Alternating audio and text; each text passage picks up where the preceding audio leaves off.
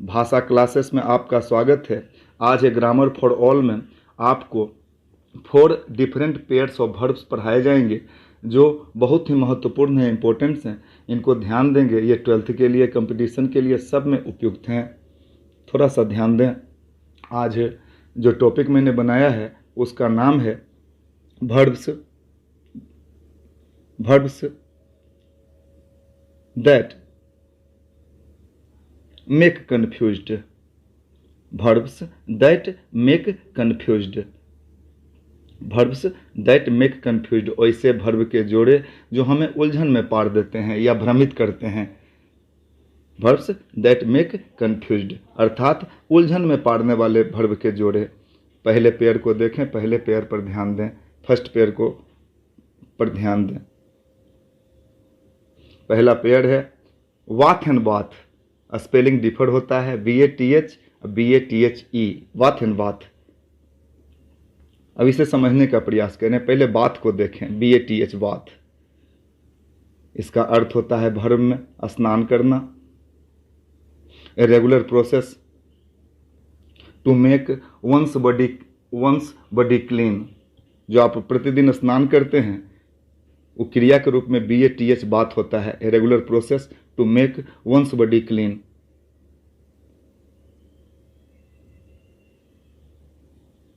Once body clean अर्थात एक regular process जो आप प्रतिदिन करते हैं स्नान के रूप में। जैसे आई वाथ डेली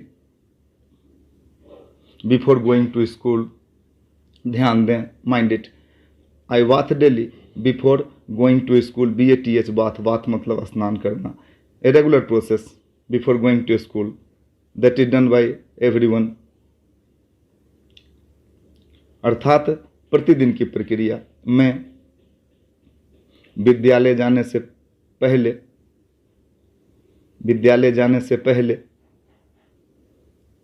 प्रतिदिन स्नान करता हूं। मैं विद्यालय जाने से पहले प्रतिदिन स्नान करता हूं। प्रतिदिन स्नान करता हूं। ए रेगुलर प्रोसेस। ध्यान दें, स्नान करना क्रिया है जिसकी हिंदी रूपांतरण होता है स्नान करना। A regular process.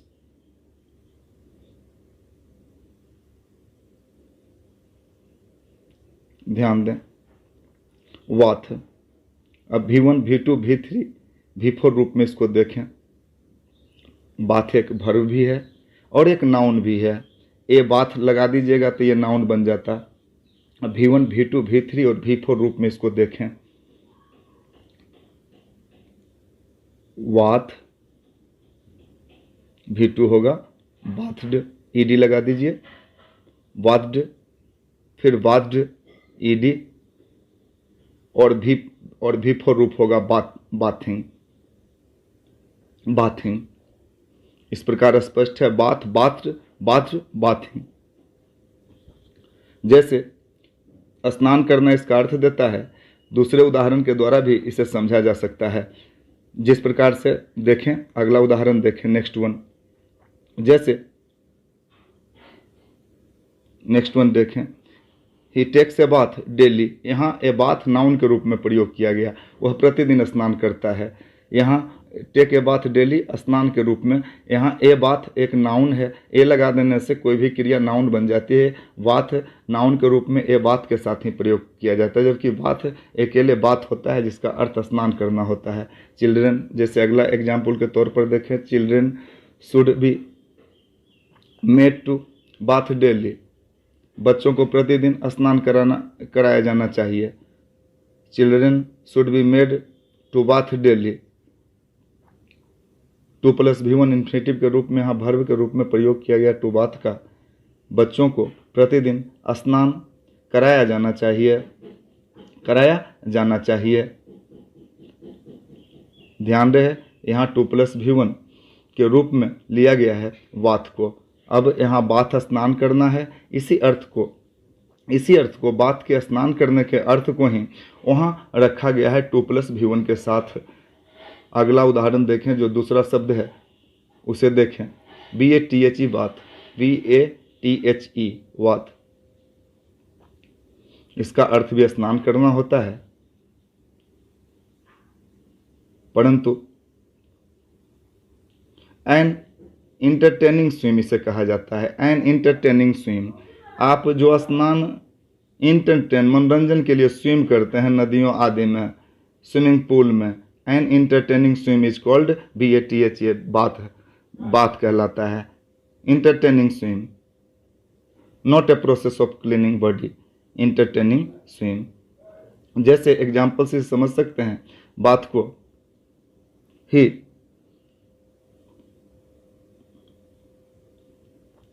ही ध्यान दें, use to bath before going to the hotel, वह बिफोर गोइंग या एंटरिंग टू द होटल, वह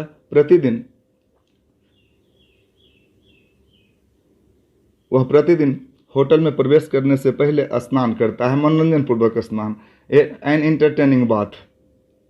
दूसरा उदाहरण भी देखें, ध्यान से देखें, माइंड इट, इसे डिफर करना बहुत ज़रूरी होता है। बिना डिफर किए इसके प्रयोग करने में गलती हो जाती है, शुद्धि हो जाती है। वह होटल में प्रवेश करने से पहले प्रतिदिन स्नान करता है। He used to take a bath before entering into the hotel. और बात के वर्ब में अन्य रूपों को भी देखें। He used to take a bath before entering into the hotel. बात के देखें V1 V2 रूप, V3 रूप, सभी रूपों में देखें ताकि समानता असमानता का पता चले, सिमिलरिटी का या क्या डिफरेंट है। तो बात BATHE बाथ, इसका V2 होगा BATHED बाथ, सेम बात के जैसा ही।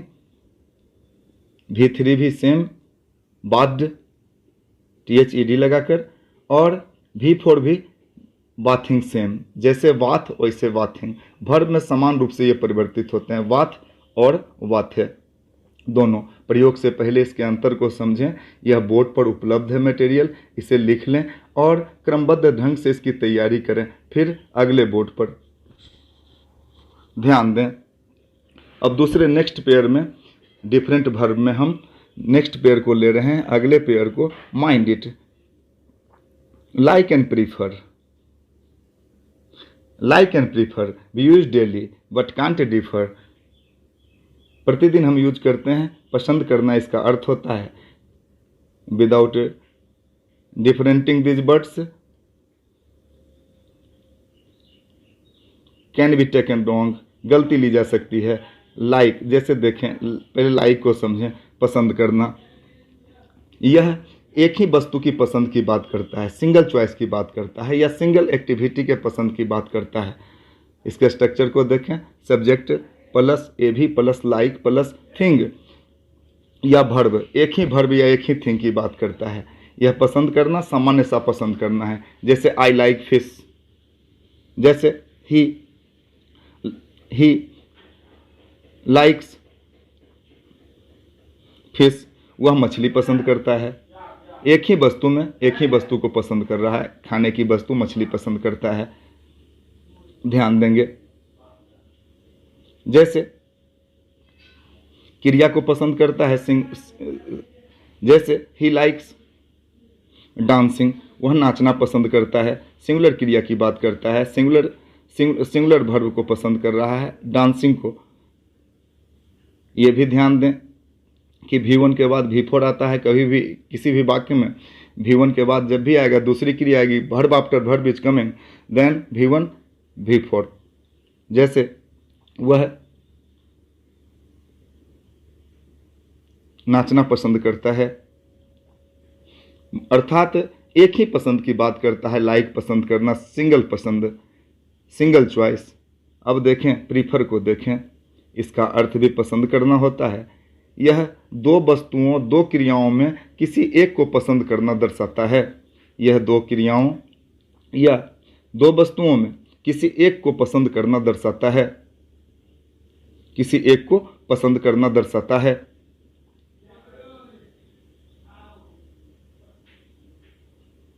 Single choice.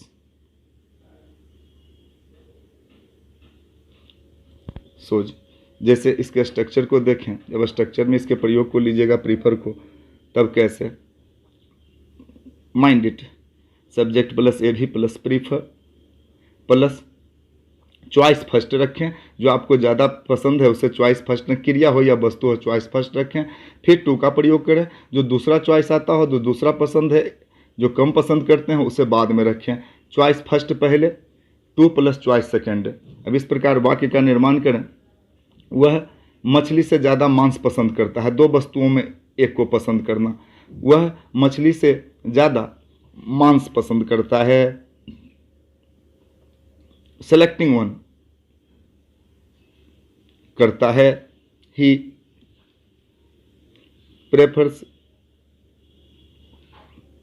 अब आपको पसंद है मांस तो मीट, टू लगा दें, और कम पसंद, जो दूसरा पसंद है, कम पसंद है फिश, उसे रखें। I prefer meat to fish. इस प्रकार लाइक ये दोनों डिफर हैं। प्रीफर ढेर सारे में पसंद करने के लिए प्रयोग, जैसे ध्यान दें, ही लाइक्स, क्रिया को देखें, he likes living in London, मतलब वह लंदन में रहना पसंद करता है। अब क्रिया में इसको अंतर करने का मैं प्रयास कर रहा। He prefers living in London, living in London to living in Sydney. अब यहाँ लिविंग इन लंदन, लंदन में रहना ज़्यादा पसंद है किसके बनिस्पत, तो सिडनी के बनिस्पत। इस प्रकार प्रीफर लाइक एक प्रकार के पसंद की बात करता है, और प्रीफर दो प्रकार के पसंद में एक पसंद की बात करता है। जैसे लिविंग इन लंदन प्रेफरेंस में है तो पहले लिया मैंने। अब अगले जोड़े को देखें, जो नेक्स्ट पेयर हैं, डिफरेंट पेयर हैं, काफ़ी यूजफुल हैं, इसे ध्यान देते चलें, ध्यान पूर्वक देखें।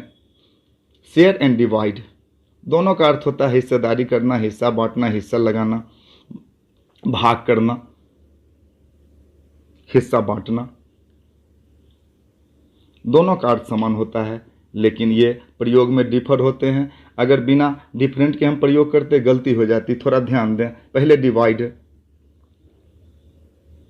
डिवाइड का अर्थ भी बांटना होता है। डिवाइड का प्रयोग दो व्यक्तियों के बीच हिस्सेदारी के लिए किया जाता है। दो व्यक्तियों के बीच, दो व्यक्ति, डिवाइडिंग बिटवीन टू पर्सन्स, दो व्यक्तियों के बीच हिस्सेदारी के लिए किया जाता है, दर्शाने के लिए किया जाता है।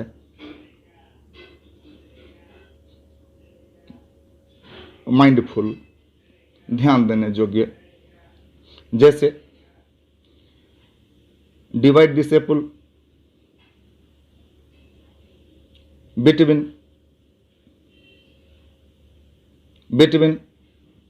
Tom and John, Tom and John. जैसे divide this land, divide this land, divide this land between Ram and Shyam, between Ram and Shyam, Ram and Shyam.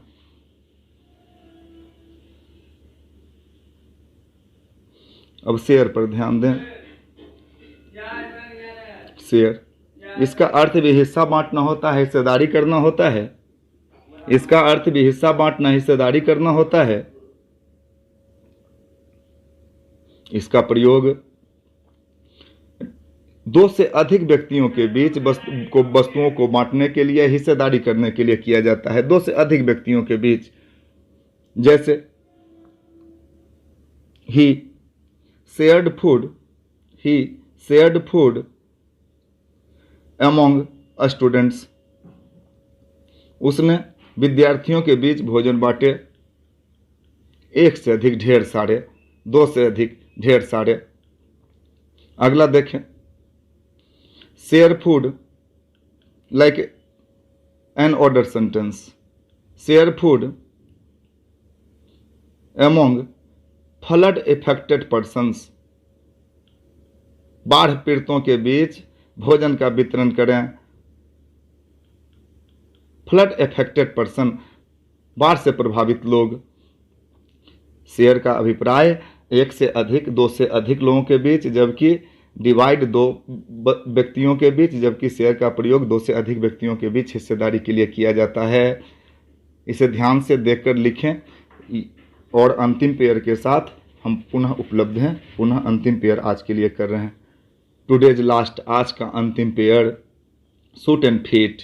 ध्यान देंगे, suit and feet B use daily this verbs and cannot differ. We can't differ, we make mistake. Please mind here. Fit and suit दोनों का अर्थ होता है mail खाना, उपयुक्त बैठना, सटीक लगना। मेल खाना, उपयुक्त बैठना, उपयुक्त बैठना या सटीक लगना, इस तरह के अर्थ ही देते हैं। मेल खाना मूल अर्थ होता है। पहले फिट को समझें। This verb talks about size and shape. यह वर्ब टॉक्स अबाउट, यह वर्ब है, V1 है। फिट जो बात करता है, talks about size and shape, आकृति आकार की बात करता है। Size and shape mind it. Fit talks about as a verb, fit talks about आकृति, आकार।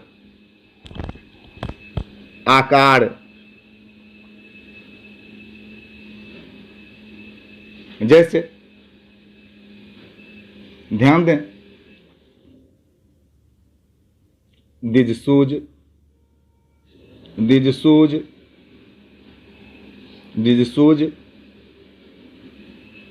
Does not fit me. ये जूते मुझ पर मेल नहीं खाते, मुझे मेल नहीं खाते।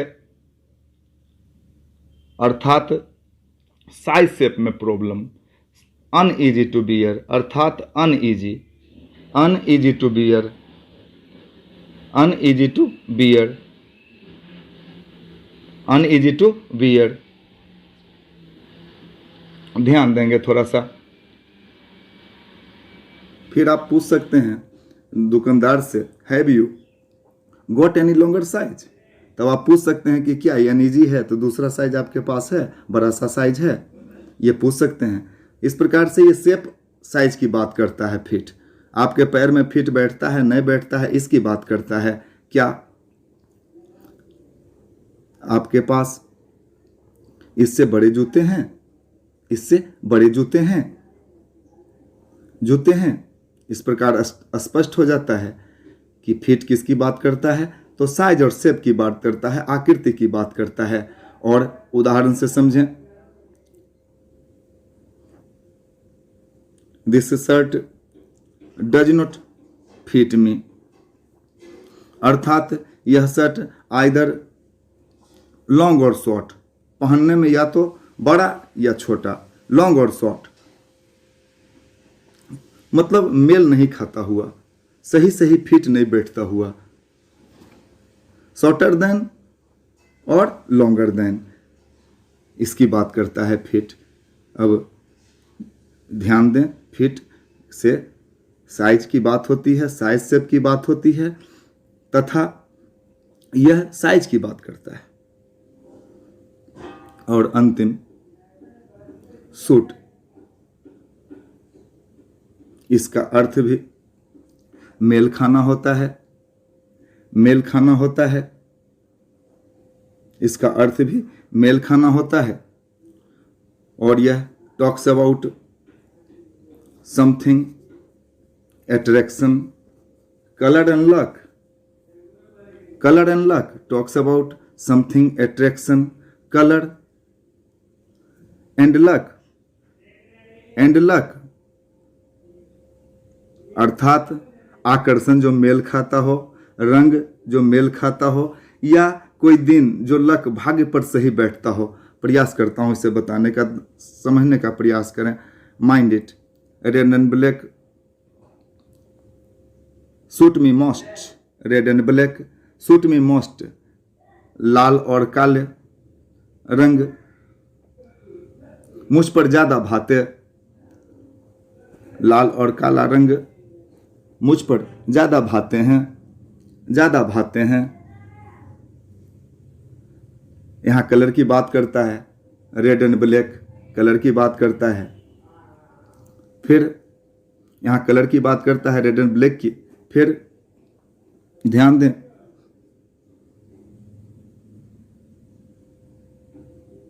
जैसे किसी दिन का लकी होना, ट्यूसडे विल बी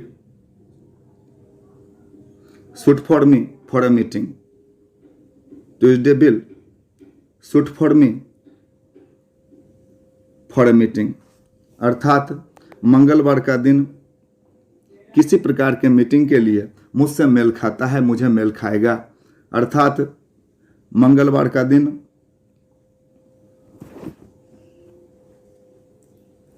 दिन मेरे लिए किसी भी मीटिंग के लिए मेल खाता है, अर्थात मेल खाता है। अर्थात an important work can be done on Tuesday, मंगलवार को एक अच्छा सा कार्य किया जा सकता है। बिकॉज यहाँ मंगलवार ट्यूसडे सूट कर रहा है, सूट करना। और अंतिम देखें अब अट्रैक्शन की बात। This dress does not suit me, यह ड्रेस मुझ पर मेल नहीं खाता, यह पोशाक मुझ पर मेल नहीं खाता। इस प्रकार से अट्रैक्शन की बात, यह पोशाक मुझ पर मेल नहीं खाता, इस प्रकार से अट्रैक्शन की बात करता है, आकर्षण की बात करता है, नहीं खाता। इस प्रकार अट्रैक्शन की बात करता है। इसे ध्यान से डिफर करें, बिना डिफर किए ध्यान दें।